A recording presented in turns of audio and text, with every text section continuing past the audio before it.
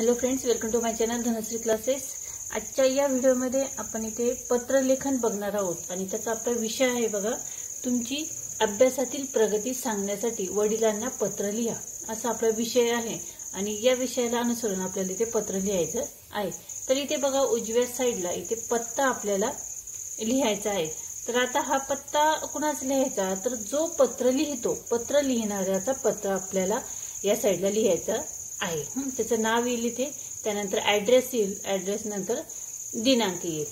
ठीक आहे, तर या पद्धतीने आपण इथे पत्ता लिहिणार आहोत। तर इथे बघा पत्ता संजय उबाळे, 4 महालक्ष्मी वसतिगृह, महालक्ष्मी मंदिराजवळ, महाद्वार पथ, कोल्हापूर 416-001, दिनांक 15 सप्टेंबर 2010। आता हे जे पुस्तक आहे, मी पत्रलेखनाचं पुस्तक जे माझ्याकडे आहे त्यामधून तुम्हाला हे पत्र सांगत आहे। तर इथे जी दिनांक आहे 15 सप्टेंबर 2010, म्हणजे 2010 साली हे जे पुस्तक आहे ते पब्लिश झालेलं आहे। ठीक आहे, मग आपण ज्या दिवशी पत्र लिहितो त्या दिवसाची तारीख इथे आपल्याला टाकायची आहे। तर बघा ऍड्रेस झाल्यानंतर इथे लेफ्ट साईडला तीर्थरूप बाबा इथे लिहायचं, कारण पत्र आपण बाबांना लिहित आहोत, वडिलांना लिहित आहोत।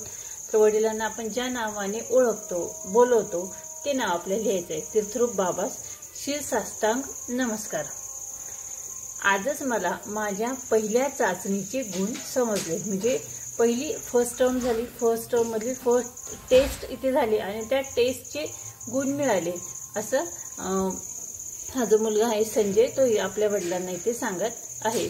तर पत्राची सुरुवात अतिशय छान या पद्धतीने आपल्याला करायची आहे, 2 ते 3 ओळींमध्ये। आजच मला माझ्या पहिल्या चाचणीचे गुण समजले, मला सर्व विषयात चांगले गुण मिळाले आहेत, मी वर्गात 2रा क्रमांक मिळवला आहे, सोबत गुणपत्रिका पाठवत आहे। अतिशय थोडक्यात आणि छोट्या छोट्या वाक्यामध्ये आपल्याला समजतील अशा वाक्यामध्ये आपल्याला हे पत्र लिहायचं आहे। त्यानंतर बाबा मला आमच्या बाईंनी खूप शाबासकी दिली, इतिहास या विषयात थोडे कमी गुण मिळाले, आता मी इतिहासाचा अधिक अभ्यास करेन, मग मला चांगले गुण मिळतील, मी 6माही परीक्षेत पहिला क्रमांक मिळवणार आहे, मला तुमची आणि आईची खूप आठवण येते। तीर्थरूप सौ आईस शिरसाष्टांग नमस्कार, छोट्या पिंकीला अनेक आशीर्वाद, म्हणजे अनेक आशीर्वाद, आणि तुमचा लाडका संजय, इथे नाव लिहायचं आहे आणि सही केली तरीही चालेल।